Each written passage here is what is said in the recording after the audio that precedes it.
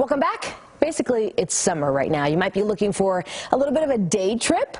How about visiting a piece of history dubbed the birthplace of Texas? Sounds cool, right? Our media partners at Texas Monthly say archaeologists dug up a Texas town and 10,000 artifacts. I'm intrigued. We've got Pam LeBlanc. She's the author of this article. She's joining us now, kind of taking us into a deeper discussion about this. So, Pam, first of all, thanks for joining us. First thing I want to ask you is, where was this Texas town? And can you give us a little bit of history about how this town is historically important?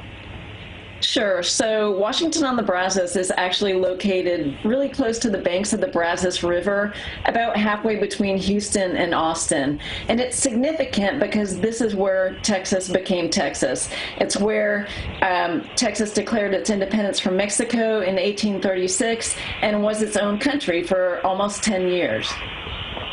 I think I'm very intrigued at this point. I was a history buff, so a lot of people think about artifacts, finding an old town. I mean, that in itself is interesting, right? But if we focus on North Texas a little bit, it's kind of helping bridge the gap kind of to the past. We know Alabama McKinney right now is processing the artifacts from that area. Can you tell us what they found so far, and maybe even some of the challenges they're having with recreating this history because it's so old? Sure. So Washington on the Brazos was actually platted in 1835, but none of the records to this town exist anymore because they were lost in the Great Hurricane in 1900. So Texas has had a museum at this site for a long time. In the 1970s, the Republic of Texas, the Star of Texas Museum opened here, and there's also a reproduction of Independence Hall, which is where the Declaration of State Independence was made in 1836. But there's a town alongside this area, and nothing remains of this town. If you look there now, there's a dirt road that goes down to the river, but you don't see any structures. You don't see any sign that this was once a street that had taverns and a blacksmith shop and a lot of other structures along it.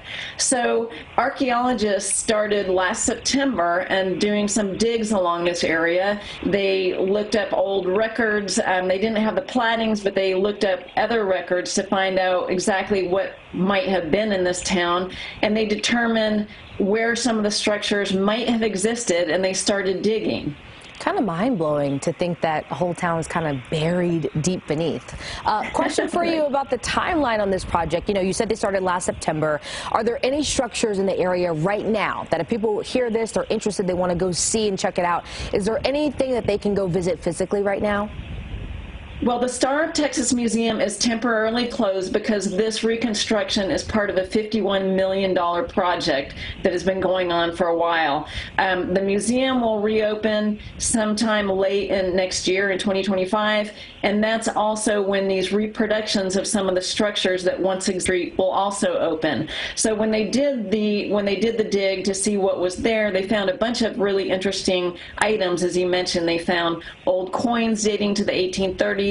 They found bits of pottery. They found some bricks from a foundation of a house that once stood there. So there's a lot of smaller objects that will be on display when they finish all these reconstructions and reopen the museum. But you can go there now. You can go to the site. You can walk down this street. You just don't really have a concept of what once stood there. But you can also go into one reproduction, Independence Hall, where the Texans declare their independence, has been there and it's existed for a while. But what we're talking about is along an adjacent street, and all that won't be open until later next year. All right, so something to look forward to, but in the meantime, a really keen reminder to dig a little deeper. We thank Pam LeBlanc for tonight's discussion. Very interesting. If you want to read more, you can read her entire article right now on TexasMonthly.com. We'll be back for you here at 7 after this.